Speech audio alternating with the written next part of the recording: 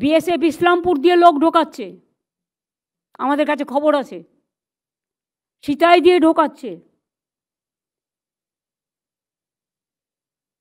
চোপড়া দিয়ে ঢোকাচ্ছে, আরও অনেক জায়গা দিয়ে ঢোকাচ্ছে। বিএসএফ মেয়েদের উপর অত্যাচার করছে। আর বাংলাকে যদি মনে করে কেউ অনুপ্রবেশকারীদের ঢুকিয়ে আর তৃণমূল কংগ্রেসকে বদনাম করব, এটা তৃণমূল কংগ্রেস করছে না। তৃণমূল কংগ্রেসের করার অধিকার নেই এবং সাধ্যও নেই। এলাকাটা কন্ট্রোল করে বিএসএফ। ভালো করে শুনে রাখুন, এখানে গুন্ডা পাঠিয়ে দেওয়া হচ্ছে, বর্ডার দিয়ে খুন করছে চলে যাচ্ছে, এই রকম লোক পাঠানো হচ্ছে। এটা বিএসএফের অনেক ভেতরকার কাজ। এর মধ্যে কেন্দ্রীয় সরকারের একটা ব্লুপ্রিন্ট আছে।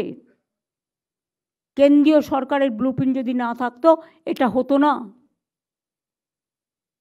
আমি বারবার কেন্দ্রীয় সরকারকে বলেছি যে যা করবেন আপনারা সেটাই আমাদের পথ।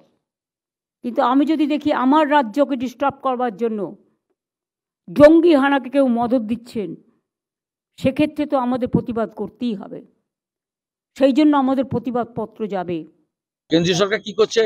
কেন্দ্রীয় সরকার যথেষ্ট কম্পিটেন্ট। পার্লামেন্টে বলেছে, এক্সটার্নাল অ্যাফেয়ার্স মিনিস্ট্রি থেকে বলা হয়েছে, ভারতবর্ষের পররাষ্ট্র সচিব ঢাকার মাটিতে গিয়ে বলে এসেছেন, ইনারা দয়া করে 600 কিলোমিটার বেড়া নেই জমিটা দিতে বলুন, আর পুলিশ আর বিএসএফ এর কোঅর্ডিনেশন বাড়াতে বলুন। 17টা চৌকির জন্য জমি চেয়েছে, দিতে বলুন। 11টা বিএসএফ ক্যাম্পের জন্য জমি চেয়েছে, দিতে বলুন।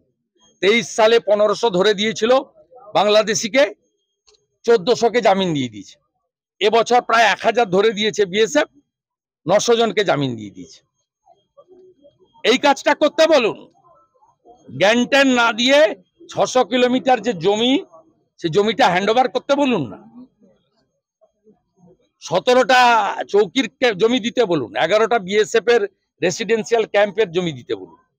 এই কাজগুলো করতে বলুন।